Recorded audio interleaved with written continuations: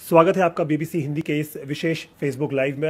आज हमारे साथ जो शख्स हैं वो किसी पहचान के मोहताज नहीं है। गुरु सतपाल सिंह भारत के अब तक के नामचीन पहलवानों में से एक उनकी गिनती होती है और ख़ुद 1982 के एशियन गेम्स के गोल्ड मेडल विनर रहे हैं। पद्म भूषण, अर्जुना अवार्ड, तमाम कॉमनवेल्थ गेम्स में बहुत सारे उन्होंने इनाम जीते हैं। लेकिन एक ख़ास बात और भी है कि जो भारत के एक और बहुत महान रेसलर हैं सुशील कुमार, वो इनके शिष्य भी रहे हैं। सबसे पहले तो स्वागत है आपका सतपाल सिंह जी। जी नमस्कार, सभी श्रोता भाइयों को नमस्कार। ये बताएं कि आप तो खुद एक बहुत बड़े नामचीन रेसलर रहे हैं, तब की पहलवानी और आपकी आज की पहलवानी और आज की कुश्ती में फ़र्क पहले बताएं कितना है।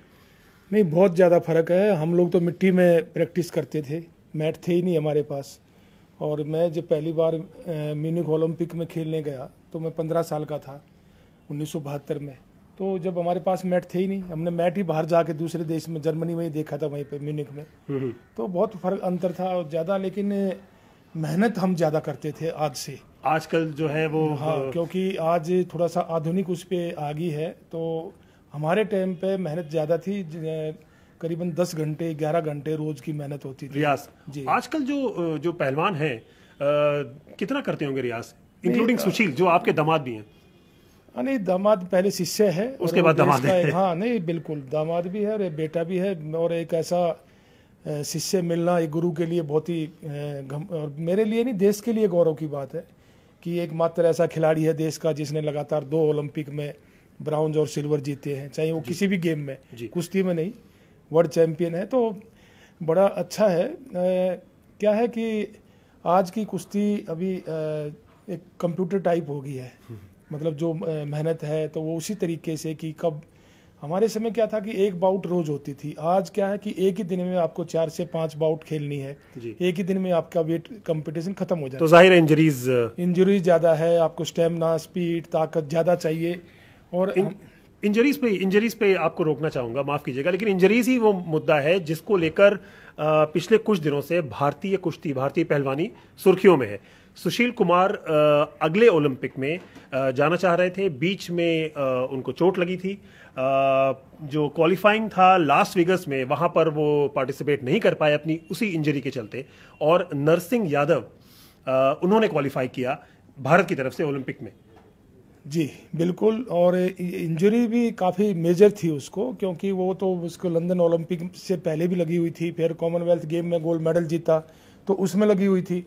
और ऐसा नहीं कि नरसिंह यादव ने जब क्वालिफाई किया, तो नरसिंह यादव ने क्वालिफाई किया तब भारतीय कुश्ती संघ ने ये बोला था कि भाई जो है अभी ट्रायल हम करेंगे। उस समय कहा था भारतीय संघ। जी बिल्कुल। क्या भारतीय कुश्ती संघ ने, हम अपने ऑडियंस को ये भी बताना चाहेंगे, उसके बाद क्या हुआ? उसके बाद ये हुआ कि सुशील कुमार दिल्ली हाईकोर्ट अदालत के पास गए। उन्होंने कहा कि साहब मैं भी 74 किलोग्राम वेट में कुश्ती लड़ने के एकदम वैसे ही काबिल हूं, मुझ में भी पदक जीतने की क्षमता है, मैंने रियाज किया है। लेकिन हाई कोर्ट ने एक फैसला जो दिया है उसमें यह कहा है कि अभी हम कोई ट्रायल नहीं करेंगे सुशील कुमार और नरसिंह के बीच में। उनको लगता है ओलंपिक बहुत ज्यादा दूर नहीं है और उनके मुताबिक इससे तैयारियों पर इफेक्ट होगा। अब आप बताएं। नहीं, उसमें सबसे पहले तो मैं आपको ये बता दूं कि फेडरेशन का काम क्या था कि अगर उन्होंने यही डिसीजन लेना था तो ये जब उसने क्वालिफाई किया तो उसी दिन सुशील को मना कर देते। क्या उन्होंने अदालत में ये बात रखी? हाँ, ये बात अदालत में रखी, लेकिन वो बात उन्होंने साथ में ये भी रखी कि जी अब ट्रायल करवाएंगे तो इंजरी हो जाएगी। इंजरी तो आप रोजाना ट्रेनिंग करते हो तो उसमें कुश्ती तो लड़ते हो, तो इंजरी तो कभी भी हो सकती है। लेकिन जहाँ तक सुशील की बात है तो सुशील उस समय जब वो वर्ल्ड चैंपियनशिप की ट्रायल हुई तो उसको इंजरी थी। उसके बाद में सुशील को भारतीय कुश्ती संघ और खेल मंत्रालय ने ही अपने खर्चे पे 8 महीने से तैयारी करवाई। यानी सुशील कुमार की पिछले 8 महीने की तैयारी भारतीय भारत का खेल मंत्रालय और कुश्ती संघ उठा रहे थे। हाँ, पूरा खर्चा। कितना खर्चा आता होगा सर, अंदाजन बताइए। नहीं, इसके ऊपर करीबन 70-80 लाख रुपए खर्च किया है कुल। हाँ, और इसमें इसको डॉक्टर और इसको फिजियो, इसके पार्टनर, वो इसको जॉर्जिया भेजा ट्रेनिंग के लिए। तो बात इसकी नहीं थी, बात ये थी कि सुशील का ये मानना था कि उसने इतनी मेहनत की देश को गोल्ड मेडल दिलाने के लिए, उसका सिर्फ एक ही टारगेट था। क्योंकि वो जैसे लीग में नहीं खेला था तो लीग में सिर्फ इसीलिए नहीं खेला था कि डॉक्टर ने कहा कि अगर आप दोबारा लीग में 5-6 बाउट खेलोगे तो इंजरी उभर सकती है। उसका टारगेट था ओलंपिक गोल्ड। मतलब अभी जैसी तैयारी उसकी अब है, ऐसा वो आज तक कभी भी फिट नहीं था। वो उसने ये तो नहीं कहा कि आप मेरे को बिगर ट्रायल के भेज दो, लेकिन अदालत ने कहा नहीं, इससे पहले क्या था कि वो सुशील उसको 2 बार नरसिंह को हरा चुका है। सुशील जो है एक बार तो 84 kg में रहा था। लेकिन सर सच्चाई ये भी है कि 74 किलोग्राम के मामले में नरसिंह जो है वो ज्यादा बड़े चैंपियन रहे। क्या गलत है? नहीं, आप तो, आप जाहिर हैं, आप कोच हैं, आप इतने बड़े वो हैं, लेकिन ये फैक्ट है कि नहीं? नहीं, ऐसा कुछ नहीं है। नरसिंह अच्छा पहलवान है, लेकिन सुशील तो 120 किलो तक अच्छा है, 74 किलो में नहीं। लेकिन सर मैं जो बता रहा हूँ आपको, सुशील अगर उससे देश का कोई 120 किलो वेट कैटेगरी का भी, जो अभी नेशनल चैंपियन है करंट में, सुमित लड़का है, तो वो मेरे अखाड़े से है। आपके अखाड़े का है? हाँ, तो सुशील उसको रोज प्रैक्टिस करवाता है। 86 का जो नेशनल चैंपियन है, सुशील उसको रोज प्रैक्टिस करवाता है, उसको पकड़ के हराता है, चित करता है, सब कुछ करता है। बात उसकी नहीं है। बात क्या था कि सुशील का सिर्फ लक्ष्य था, सुशील ने एक ही रिक्वेस्ट करी थी कि मेरी ट्रायल ले लो, अगर नरसिंह अच्छा है और मैं 66 किलो में खेलता था तो मुझे हरा के चला जाए, उससे और उसका आत्मविश्वास और बढ़ेगा। अदालत ने कहा कि सुशील कुमार ने ये दरख्वास्त बहुत लेट पहुंचाई अदालत तक, बिलेटेड वर्ड यूज किया उन्होंने अपने जजमेंट में। वो फेडरेशन उसको गुमराह करती रही ना कि भाई हम आपको ट्रायल लेंगे, हम लेंगे। तो लेकिन तो जब फेडरेशन ने मना कर दिया तो तभी तो वो अदालत में गया ना। अदालत में भी नहीं जाता, वो भी फेडरेशन ने ही उसको हिंट दिया।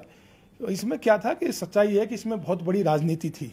खेलों और राजनीति, भारत में तो कहते हैं कि उसके बिना खेल होता ही नहीं, खेल उसके बिना। सही ये पहलवानी में भी होता रहा है क्या? नहीं, ये ही तो एक वो गलत हुआ है कि सुशील ने तो कभी ये नहीं कहा कि आप मेरे पीछे को देखो कि मैंने 2 ओलंपिक मेडलिस्ट हूँ, मैं वर्ल्ड चैंपियन हूँ। उसने तो ये कहा कि मेरी तैयारी देखो आप, लेकिन वो अपने जीवन की बेस्ट परफॉर्मेंस, सबसे अच्छी तैयारी में अब है। लेकिन गुरुजी ये भी तो सच्चाई है कि पिछले सालों से, बहुत सालों से यही फेडरेशन, यही भारत सरकार, खेल मंत्रालय सुशील को बैक भी करता रहा है और 8 महीने उसी ने सुशील को ट्रेनिंग कराई, जैसा कि आपने अभी हमें बताया। नहीं, वही तो बात कह रहा हूँ ना मैं, आज भी यही कह रहा हूँ। एकदम से क्या हो गया? नहीं, अभी तो फेडरेशन ही बता सकती है।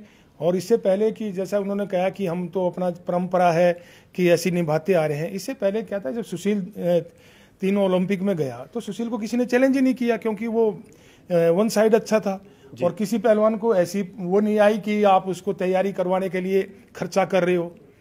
तो ये तो फर्स्ट टाइम ऐसा हुआ है और इसीलिए सुशील ने वो रिक्वेस्ट करी थी, और सबसे इसलिए करी थी कि भाई अगर जो हमारे दोनों में से बेस्ट है तो वो चला जाए, उसमें गलत तो कुछ भी नहीं था।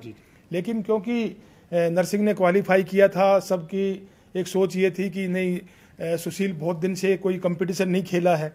एक्चुअल क्या था कि अभी एक क्रिकेट की टीम जा रही जिम्बाब्वे, क्यों आपने सारे सीनियर खिलाड़ियों को बाहर बैठा दिया? सुशील का टारगेट था ओलंपिक में, रियो में गोल्ड मेडल। वो सिर्फ एक ही लक्ष्य लेकर चल रहा था, वो कोई लोकल टूर्नामेंट या कोई लीग या उसके लिए कुछ महत्व नहीं था। और उसी का ही फोकस जो था वो गवर्नमेंट ऑफ इंडिया और फेडरेशन उसको खर्चा भी दे रही थी, उसको तैयारी करवा रही थी।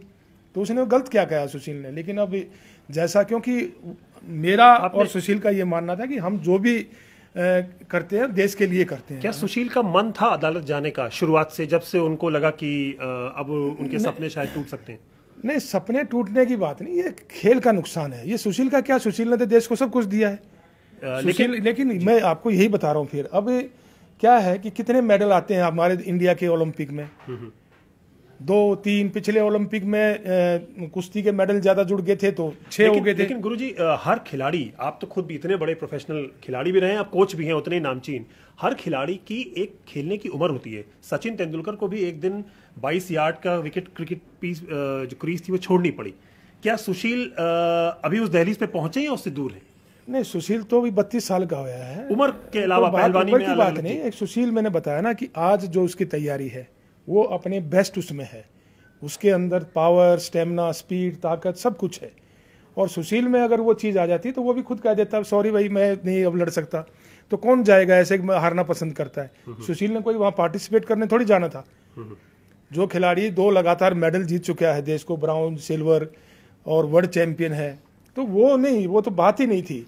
अब बात इसमें मैंने बताया कि, लेकिन ठीक है, मैं ये मानता हूँ जो देश के लिए जो बेस्ट है। मतलब आपको लगता है जो हो रहा है वो देश के हित में हो रहा है? नहीं, देश के हित में नहीं था, ये नहीं हो रहा है। ये ट्रायल होनी चाहिए थी। अगर कहीं नरसिंह, फर्ज कीजिए नरसिंह यादव एक मेडल जीत गए, नहीं तो क्या हम तो कह रहे हैं वो जीते जी, एक फर्ज क्यों करें हम, तो ये कहेंगे तो ये फैसला सही कहा जाएगा। और अगर कहीं वो न जीत सके किसी कारण, ऐसा है कि फैसला मैं कैसे, ये तो देश या फेडरेशन बताएगी और हम तो उम्मीद करते हैं कि वो मेडल जीते। एक आखिरी सवाल आपसे, बहुत से लोगों का यह भी मानना है कि अगर सुशील अदालत नहीं गए होते, वो भारत के सबसे सफलतम पहलवानों में से हैं, ओलंपिक्स की बात करें तो जी, अगर वो नहीं भी गए होते तो भी उनके जो पदक हैं, उनकी चमक जो है वो एकदम फीकी नहीं पड़ती।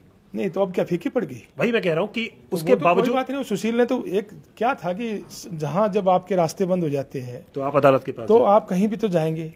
उन्होंने सबको, खेल मंत्री को एप्लीकेशन दी, कुश्ती फेडरेशन से जाके मिले, सबसे मिले, जब उन्होंने पूरा फिनिश ही कर दिया सब मैटर, तो और कोई रास्ता ही नहीं था। और रास्ता इसलिए नहीं था कि मैं तो खुद भी हैरान हूं कि माननीय कोर्ट ने इस चीज़ को कैसे नहीं संकलन किया, क्योंकि उसका रीजन ये था कि सुशील को उसी दिन मना कर देते।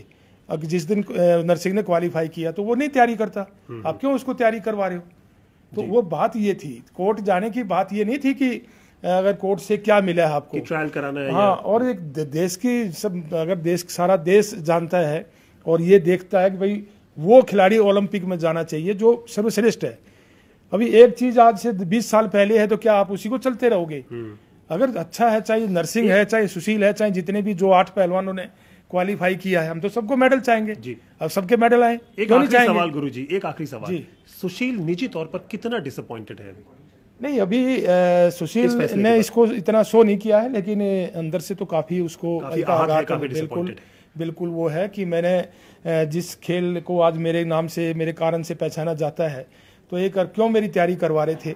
एक मैंने तो ट्रायल ही तो मांगा था, और 6 मिनट में तो ऐसा कुछ नहीं, ट्रायल के बाद भी अब आप फैसला करते। और मैंने जैसे आपको पहले बताया कि सुशील आज एक 74 किलो में नहीं, आज इंडिया के 57 किलो से लेकर 120 किलो तक हर पहलवान से अच्छा है। आज तक सुशील को किसी ने चैलेंज नहीं किया, और सुशील एक वो भारत का खिलाड़ी है कि जिसके अंदर वो प्रतिभा है कि वो इसमें गोल्ड मेडल दिला सकता था। इसमें कोई दो राय नहीं है। गुरु सतपाल ने भी बताया कि सुशील कुमार की जो प्रतिभा रही है, ओलंपिक्स में उनसे बड़ा भारत की तरफ से कोई पहलवान भी नहीं हुआ है। उनके गुरु के मुताबिक 57 किलोग्राम से लेकर 120 किलोग्राम तक वो किसी भी पहलवान को किसी भी पल नहीं, वो रोज प्रैक्टिस करवाता है, प्रैक्टिस करते हैं, रोजाना प्रैक्टिस कराता है। लेकिन सच्चाई यही है कि सुशील कुमार भारत की तरफ से अगले रियो में अब पार्टिसिपेट नहीं करेंगे।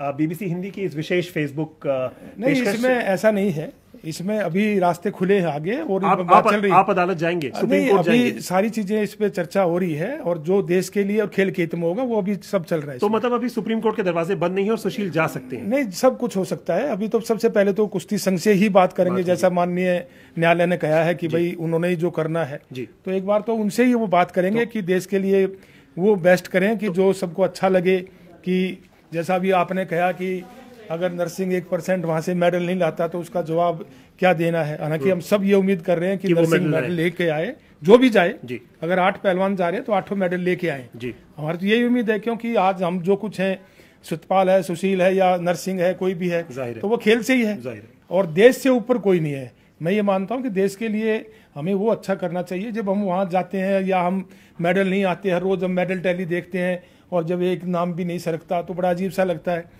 और मैं भी खुद 2 ओलंपिक खेला हूँ, तो मेरा भी एक वो था कि मैं ओलंपिक में गोल्ड मेडल अपने गुरुजी को दूं, लेकिन चांस की बात थी। सुशील की चाहत है कि वो अपने गुरुजी को गोल्ड मेडल दे।